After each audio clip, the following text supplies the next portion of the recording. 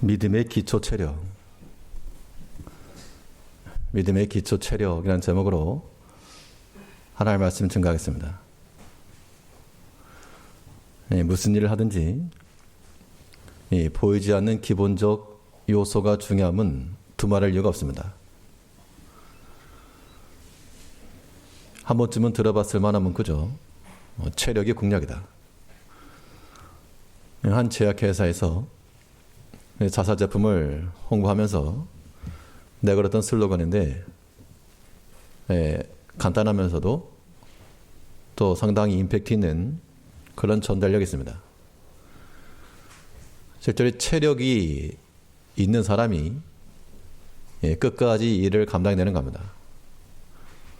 하고 싶어도 팔이 말을 안 들고 다리가 말을 안 듣고 그러면 마음은 원이로되 못하는 겁니다.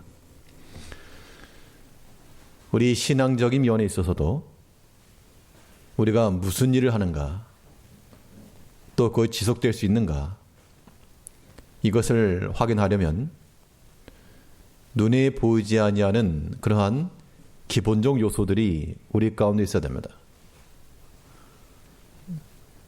우리 믿음의 기본 바탕, 그걸 기초 체력이라 그런다면 그 기본 바탕이 잘 되어 있어야 우리가 견고하게 개인 신앙과 우리의 공동체 신앙을 세워나가는 겁니다.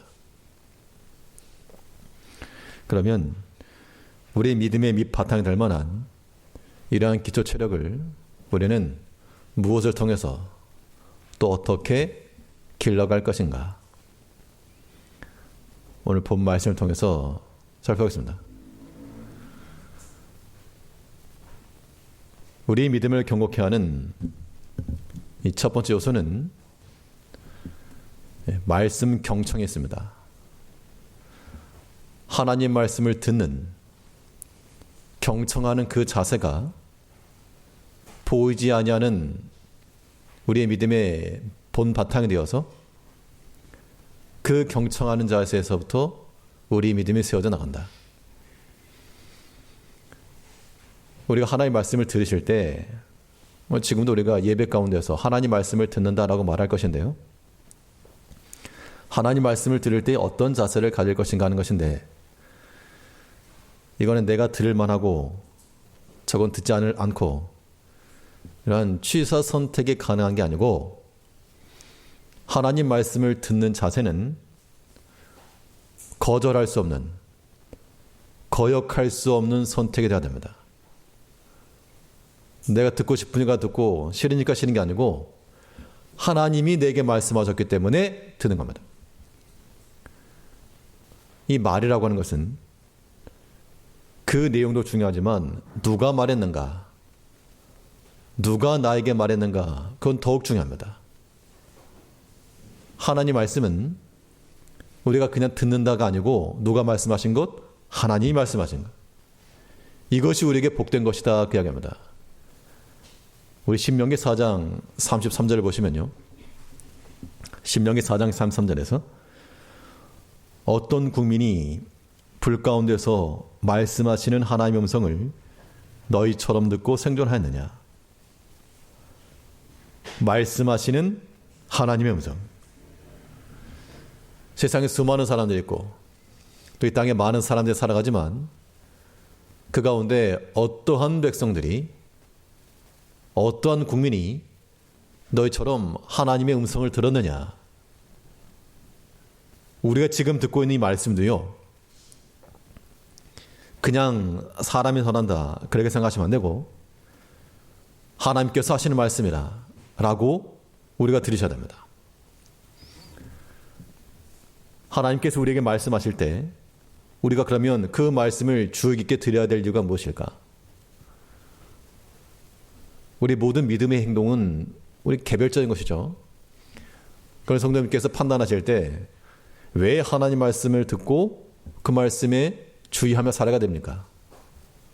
복 받으려고? 아니면 벌 받을까 봐? 그 질문에 대한 답이 명확해야 누가 시키지 않아도 하나님 말씀을 주의 깊게 듣고 그 말씀에 집중하는 겁니다. 우리가 하나님의 말씀을 들을 때는 그 말씀 가운데 하나님께서 동시에 임하시기 때문에 그렇습니다. 하나님의 영이 하나님의 말씀과 함께 임하시기 때문에 우리가 하나님의 능력 가운데 거하기 위해서, 하나님의 그 은혜에 거하기 위해서, 그래서 그 말씀에 주의하지 않을 수 없고 경청하지 않을 수 없다는 겁니다. 이것이 분명해야 됩니다. 하나님께서는 그 말씀이 우리에게 주어질 때 그의 영으로서 우리가 함께 하신다는 겁니다. 우리 에스겔 2장 2절 말씀을 보시면 에스겔 2장 2절에서 말씀하실 때에 그 신이 내게 임하사 나를 일으켜 세우시기로 내가 그 말씀하시는 자의 소리를 들으니. 지금 한 선지자가 낙심해서 쓰러져 있는 그때에 하나님께서 말씀하실 때 그의 영이 내게 임하사 나를 일으켜 세우시고, 하나님은 그 존재상 영으로 계십니다. 영으로 계시다는 말은 육체가 아니요 눈으로 볼 수 있는 형상이 없는 하나님이신데, 그런데 그 하나님이, 그러니까 우리가 볼 수도 없는 하나님이죠. 볼 수 없고 알 수 없는 하나님이신데 그 하나님께서 우리에게 다가오시는 그 통로와 수단으로서 그의 말씀을 사용하신다는 겁니다. 그러므로 우리가 주의 말씀을 들을 때마다 우리는 여기에서 하나님께서 우리 가운데 임하시는 그 감각을 가져야 돼요. 사람이 전한다 이것만이 아니고 하나님의 말씀 가운데는 하나님의 영이 임하심으로 우리가 그 말씀을 받을 때 참 왕의 음성을 듣는 것 같은 그 심정을 받으셔야 됩니다. 이게 경청의 자세예요. 그러려면 어떻게 되는가? 그러려면 하나님 말씀이 잘 들리는 자리에 있어야 되겠죠. 하나님 말씀이 들리는 곳에 우리의 발걸음이 이동해 가야 됩니다. 예배 자리가 하나님의 말씀이 들리는 자리요, 또 성경을 묵상하는 자리가 하나님의 음성이 들리는 자리며, 또 기도하는 자리가 하나님의 음성이 들리는 자리입니다. 이 자리를 빼고 어디 가서 하나님의 음성을 들을 것이며 어디 가서 하나님의 영의 임재하심을 받을 것인가? 우리 개인의 신앙도 그러하고 우리 공동체 신앙도 마찬가지입니다. 우리가 하나님의 능력 가운데 거하기 위해서는 반드시 그 말씀 가운데 임하시는 하나님의 음성을 우리가 들어야 됩니다. 이 말씀은 내가 거절할 수 있는 것이 아니요 내가 거역할 수 없는 그러한 불가역적인 말씀이라.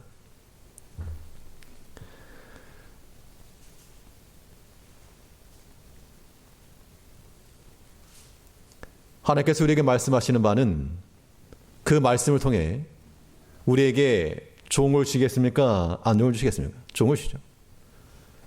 이걸 우리가 인정할 때 하나님의 말씀에 대해서 우리는 언제나 이해하고 나가는 겁니다. 노라고 말할 수 없어요. 예수님께서도 그가 비록 하나님의 아들이시라도 이 땅 가운데서 육체의 몸을 입고 사실 때는 언제나 예만 하시고 아니라 함이 되지 않았다 그랬습니다. 하고 싶은 거 하고 조금 싫은 거 안 하고 그게 아니고 주의 명령에는 모든 말씀에 대해서 예 하고 나왔다 그랬습니다. 이게 말씀에 대한 경청의 자세죠. 고린도후서 1장 19절 말씀에서는 너희 가운데 전파된 하나님의 아들 예수 그리스도는 예하고 아니라 함이 되지 아니었으니 저에게는 예만 되었느니라. 예수님께서도 우리에게 본을 보이시면서 하나님의 뜻을 이루실 때 아니라 함이 되지 않으시고 오직 예만 되었느니라. 그래서 예수의 사람들은 예스맨이라는 겁니다. 예수맨. 하나님의 말씀에 때로 우리 가운데 불편할 때가 있습니다. 불편하다는 이야기는 사람의 욕심과 또 인간적 생각이 여전하기 때문에 그래서 불편한 거죠. 내 어떤 관계 속에서 미워하는 사람이 있는데 사랑해라, 이런 말씀 들리면 불편하거든요. 요즘 내가 형편이 어려워서 연보 생활 못하고 있는데 연보해라, 11조 해라, 이러면 그 불편하다는 겁니다. 요즘 피곤하고 바빠가지고 기도 생활 못하는데 기도해라, 듣기 싫다는 겁니다. 듣기 싫어도 들어야 됩니다. 왜요? 하나님이 내게 말씀하시는 건데 아니라 말할 사람이 어디 있습니까?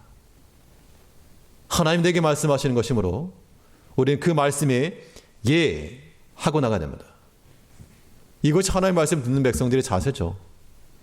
안 그러면 내가 하나님이지, 듣고 싶은 거 듣고 싫으면 싫고, 난 아무리 하나님의 말씀이 그래도 원수까지 사랑하라? 난 못해. 저 앞에 하찮아? 안 받쳐. 기도해라? 못해. 끝까지 그렇게 나가면 하나님의 능력이 임하겠는가? 입장 바꿔가지고 내가 하나님이라면 그런 백성들에게 복을 주겠는가? 우리가 하나님 섬기는 백성은 아닙니까?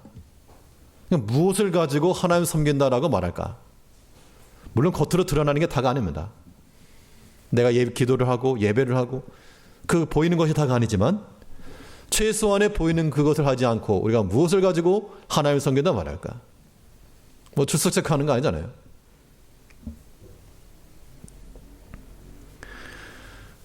우리가 다들 개인적으로 하나님을 사랑하고 또 그 말씀 가운데 거하실 줄 알지만 우리에게 말씀하신 하나님은 우리가 생각하는 것 이상의 능력이요, 우리의 존귀와 영광 받으실 하나님이십니다.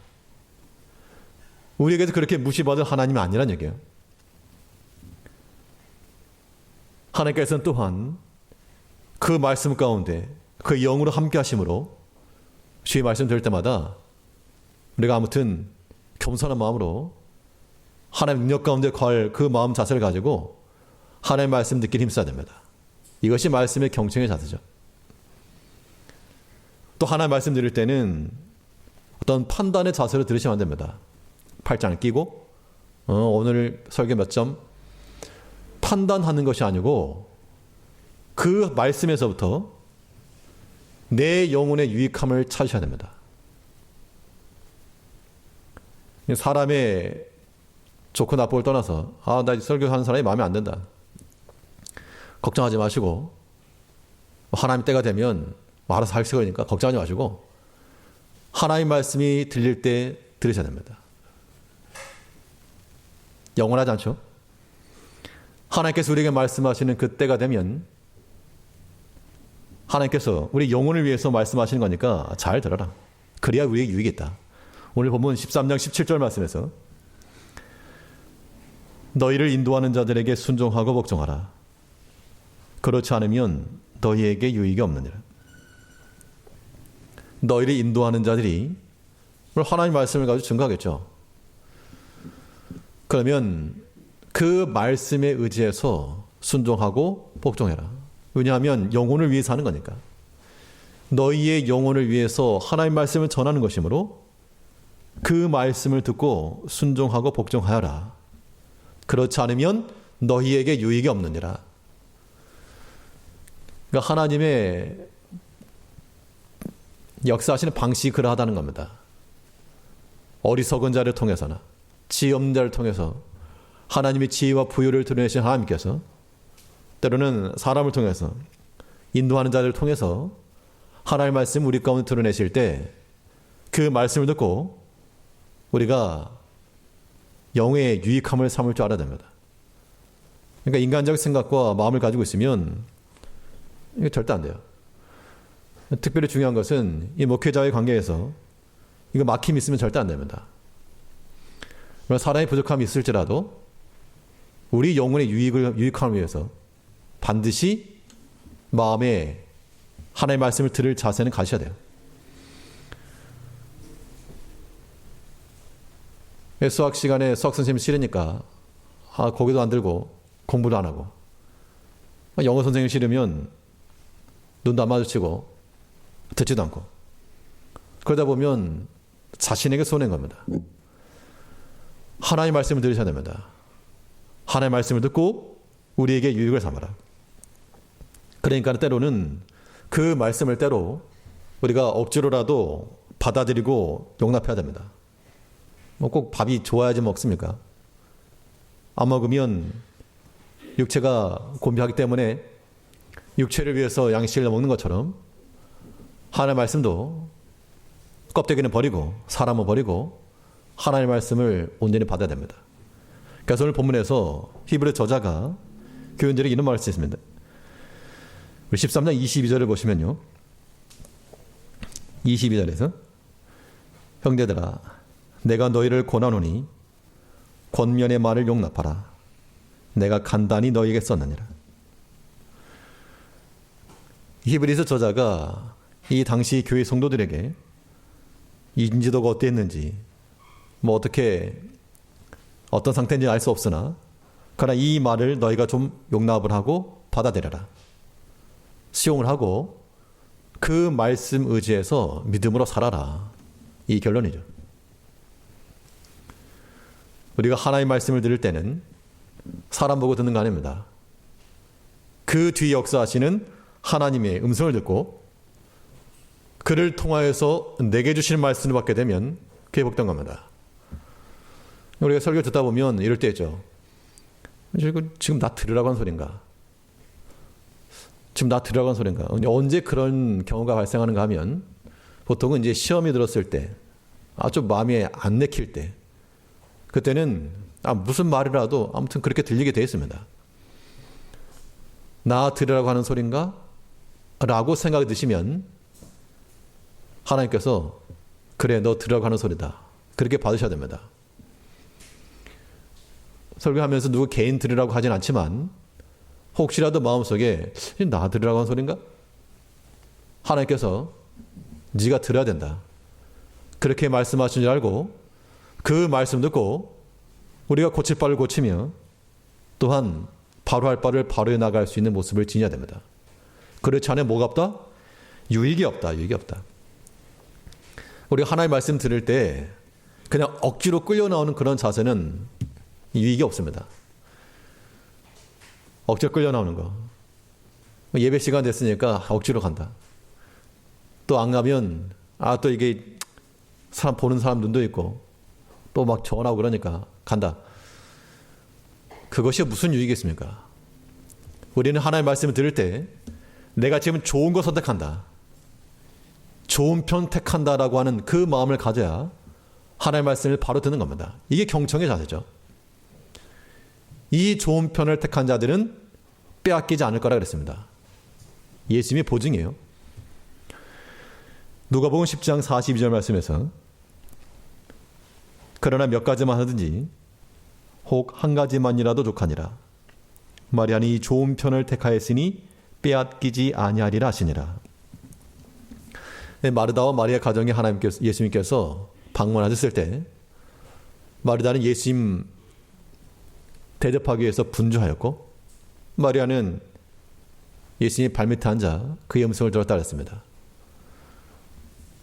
열심은 마르다가 더 열심히 있었죠. 분주하고 손도 빠르고. 근데 마리아는 눈치 없이 예수님 발 앞에 와서 그 말씀 들었다. 예수님께서는 이 마리아에게 더 좋은 거 택했다라고 말씀하셨습니다. 그러니까 세상적으로 능력 있고 탁월하고 민첩하다고 해서 바쁘고 분주하다고 해서 잘 사는 거 아니라는 겁니다. 반드시 하나님 말씀 앞에 멈춰 서서 그의 말씀을 들을 수 있어야 됩니다. 뭐 하루 24시간 주의 말씀 듣는 거 아니잖아요. 우리가 세상 일은 몇 시간이라도 하면서 그 잠시 하나님 앞에 엎드리는 거 그거 못한다는 겁니다. 구약에 보면 이삭과 야곱의 에서와 야곱의 이야기가 나오죠. 한 사람은 들사람이 되어서 밖에 나가서 활 쏘면 뭐 멧돼지도 잡고 토끼도 잡고 여우도 잡고 능력이 탁월했습니다. 근데 야곱은 종영한 사람이라 장막에 거하여. 장막에 거했다는 뜻이 무엇이겠습니까? 우리 지난 성경 공부하신 분들 이해하셨겠지만 장막에 거했다는 뜻이 뭐예요? 장막에 거했다는 뜻이. 그 장막에서는 3대가 함께 있었죠. 아브라함과 이삭과 야곱이. 야곱이 몇 살까지? 15세가 될 때까지 아브라함의 생존이 있었기 때문에 아브라함과 이삭과 야곱이 그 3부자가, 3세대가 한 장막 안에 거해서 거기서 뭐 TV를 받겠으며 아니면 인터넷을 받겠으며 뭘 했겠습니까? 그 인생 가운데 역사하셨던 하나님의 이야기를 들려주었을 것이고 하나님의 약속을 이야기했을 것이고 그 장막에 거했다는 것 자체가 말씀을 들은 야곱을 나타내는 겁니다. 그럼 누가 복이 되었는가? 능력은 에서가 더 많았어요. 탁월하였고 민첩하고 날렵하고. 그러나 하나님의 복은 야곱에게 돌아갔습니다. 이건 놓치면 안 됩니다. 특히 우리 젊은 세대들, 우리 학생들 꼭 기억할 것은 여러분들이 열심히 공부하고 영어 수학 열심히 한다고 해서 그것이 여러분들의 인생을 보장해 주지 못합니다. 잘하면 좋겠으나 중요한 것은 하나님 말씀 앞에 엎드릴 줄 아는 그러한 백성을 돼야 됩니다. 어린이일지라도 학생이라도. 아닌 것 같지만 그렇지 않아요. 결과를 보게 되면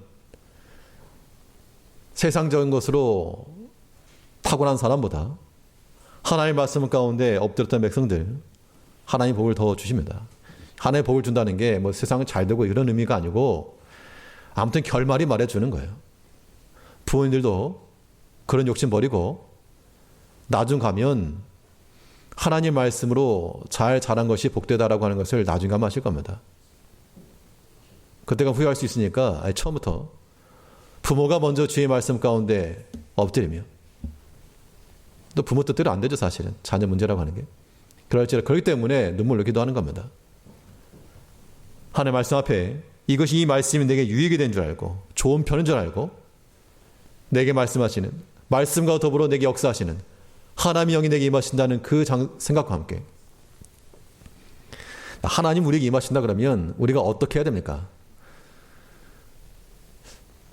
목사가 만일 성도님 가정에 신방을 간다 그러면 그 집을 청소하십니까? 안 하십니까? 보통 하시겠죠.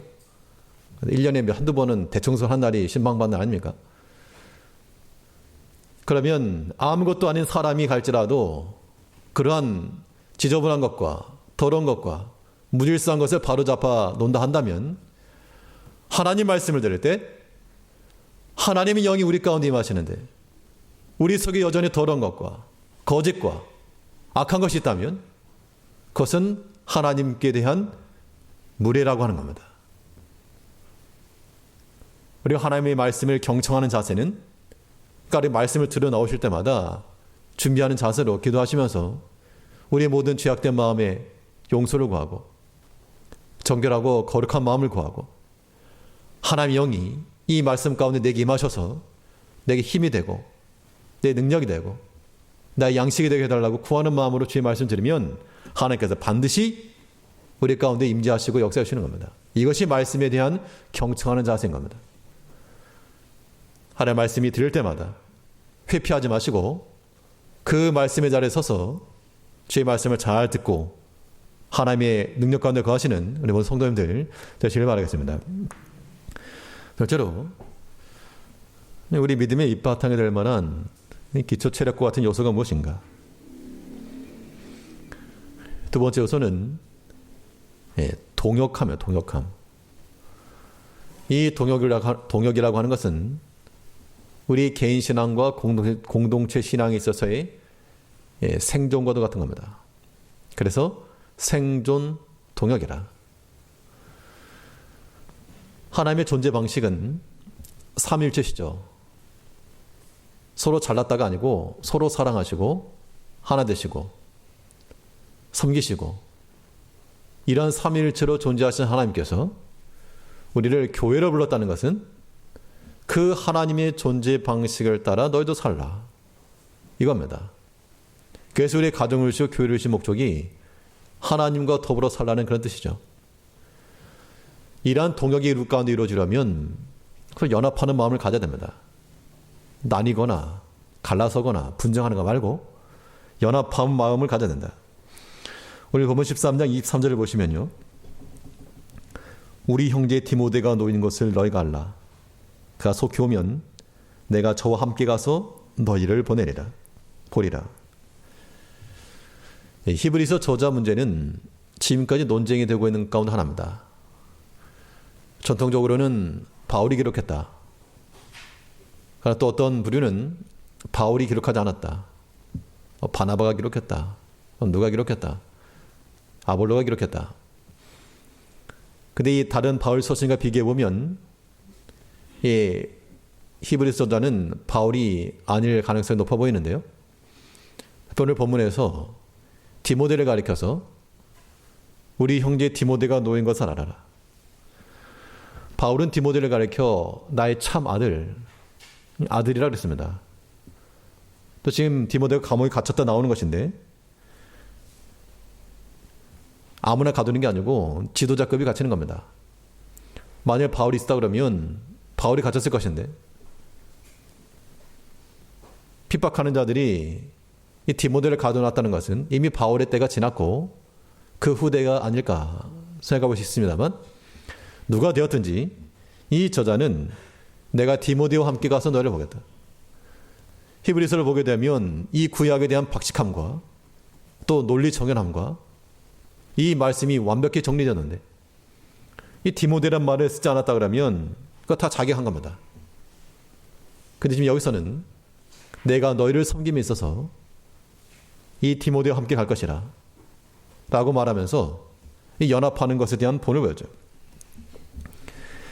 교회 공동체의 기본은 연합이 있습니다. 그런데 만일 연합이 안 된다. 그럴 때 어떻게 할 것인가? 저 사람은 나하고 마음이 안 맞아. 그럴 때 안 맞아 그러지 마시고요. 안 맞아가 아니고 하나님께서 그럼 그렇게 말씀하시는 겁니다. 네가 하면 한다. 하나님의 교회는 그리스도께서 자기의 몸과 피를 흘려 살과 피를 내어서 하나 되게 하신 겁니다. 그런데 네가 뭐라고 이 교회의 하나됨을 회방하는가? 십자가 원수라 그러죠. 절대 그래서 안 됩니다. 우리는 누구와도 한 마음과 같은 마음 품어야 됩니다.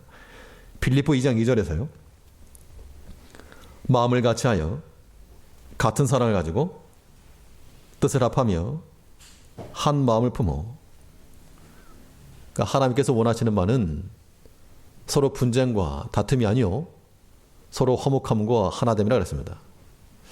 그러면 어느 곳에서 분쟁이 일어날까요? 어느 곳에서 분쟁이 일어날까? 그러니까 잘난 사람들 모여있는 데서 분쟁이 일어나는 겁니다. 어떤 교회에 유력 인사들이 많이 있다 그럽니다.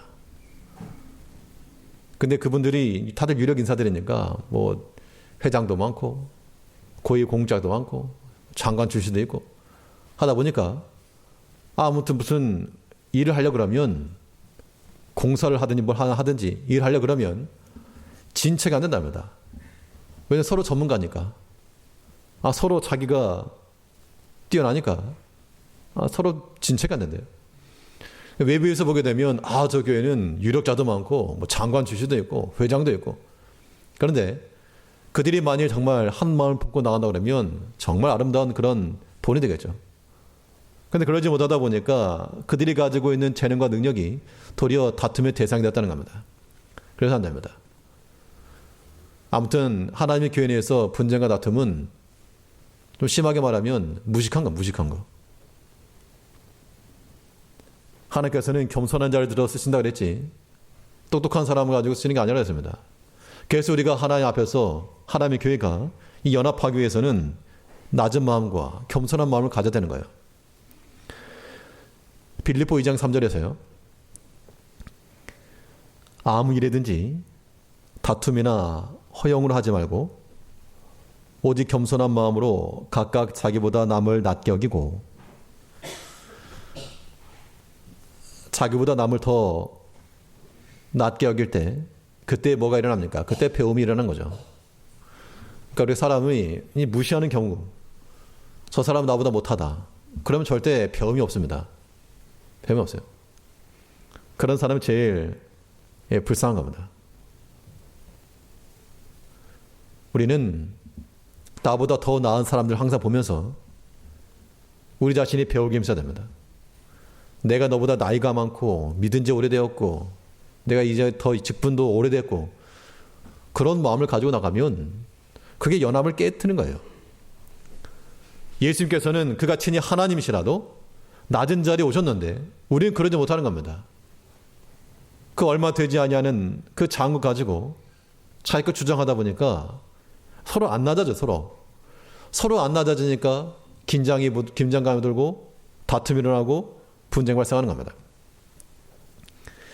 교회 내에서는요 절대로 이 목소리를 커져서 안 됩니다. 설령 마음이 맞지 않는 사람이 있다 그러면 어떻게 됩니까? 그러면 서로 마음이 맞지 않는다. 그럼 어떻게 하셔야 돼요?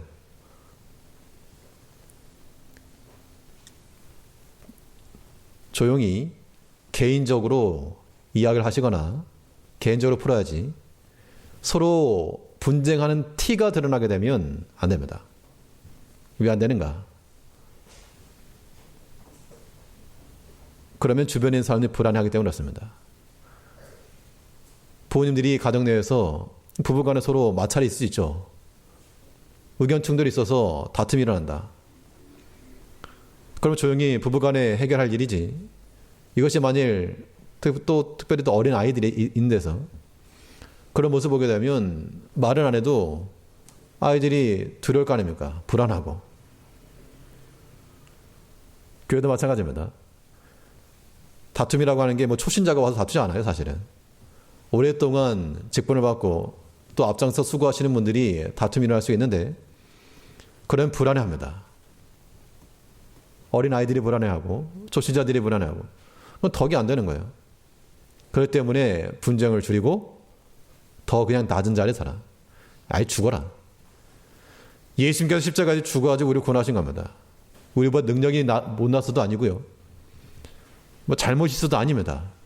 그냥 우리를 살리기 위해서 십자가에서 죽으신 거예요. 그 마음을 가지고 다들 아무튼 십자가에 다들 죽으셔야 됩니다. 그래야지 하나님의 교회가 하나가 되고 연합이 된다. 자기 목소리 큰 거는 하나 앞에서 무식한 티를 내는 겁니다. 교만한 티인 것이고. 우리가 서로 이 낮은 마음을 갖게 되면 다른 형제에 대해서 인정할 바를 인정해주고 존중해줘야 됩니다. 그것이 신약 교회를 세워나갔던 힘이었어요. 베드로서 3장 15절 말씀을 보게 되면 또 우리 주의 오래 참으심이 구원이 될 줄로 여기라. 우리 사랑하는 형제 바울도 그 받은 지혜대로 너에게 이같이 썼고, 성경에 있어서 가장 중요한 것은 신적 권위라 그랬습니다. 신적 권위가 없으면 우리가 성경을 믿을 필요가 없죠. 구약과 신약에 있어서 신적 권위라고 하는 것이 어떻게 담보되는가?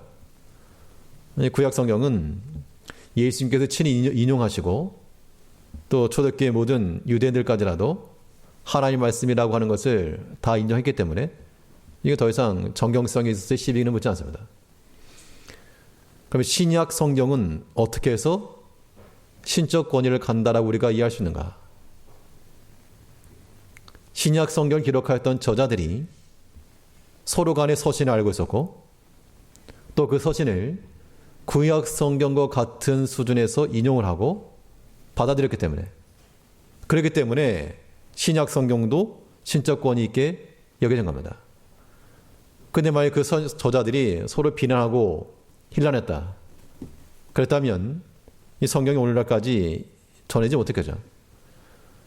베드로와 바울을 비교해 보게 되면 누가 보더라도 베드로가 예수님의 수제자요. 예수님이 하신 것도 많이 보았고 경험도 많고. 근데 이거 가만 보니까 이 바울이 치고 올라오네. 근데 또 배운 것도 많네. 학벌도 있고 가문도 좋고 인맥도 나보다 많고 뭐 언어도 잘하고 뭐 헬라어, 히브리어, 뭐 외국어도 능통하고. 그랬을 때 이 베드로가 견제를 하면서 자기 방어를 했다 그러면 바울을 공격했겠죠. 바울은 사도가 아니다. 그 당시 바울이 겪었던 그 사도성에 대한 논란에 이 베드로가 끼어들었다 그러면 완전히 힘을 얻는 겁니다. 또 지난날 끄집어내면서 바울이 어떤 사람이냐, 스데반 죽었던 사람 아니냐, 일이 나와버리면 이 바울이 곤란하겠죠. 그러나 그렇게 하지 않았고 인정해 준 겁니다.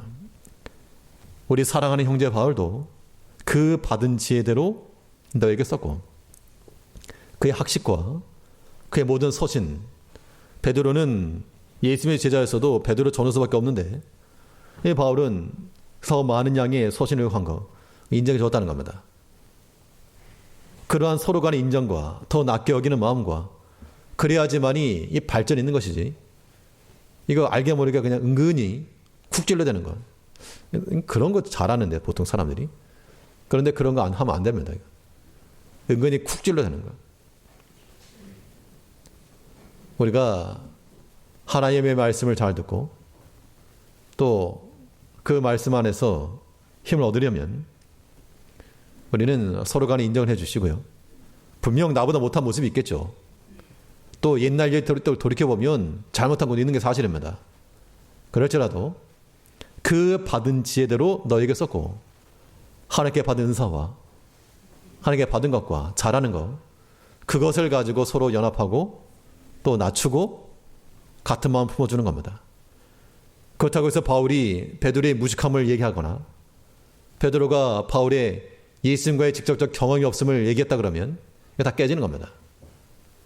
맞는 말일지라도 덕이 되지 않으니까 그런 것들은 뒤로 하고, 오직 하나님의 교회의 유익함과 우리 개인의 신앙의 유익함을 위하여서 하나 되고 또 서로 섬기며 서로 배우기를 힘써야 됩니다. 이것이 눈에는 보이지 않을지라도 우리 개인과 공동체의 믿음을 견고케 하는 기초체력과도 같다는 겁니다. 이 한 주간 동안에 하나님의 말씀을 경청하시되 그 말씀 가운데 임재하신 하나님의 영이 우리 임하시기까지 그 말씀을 즐거워하고 사랑하시고 또 모든 믿음 형제들을 또 돌아보며 서로 무난하고 아끼고 한 마음을 품어 이 하나님의 교회에 잘 세워나갈 수 있는 성도님들 되시길 바라겠습니다. 기도하겠습니다. 우리를 변함없이 사랑하신 아버지 하나님,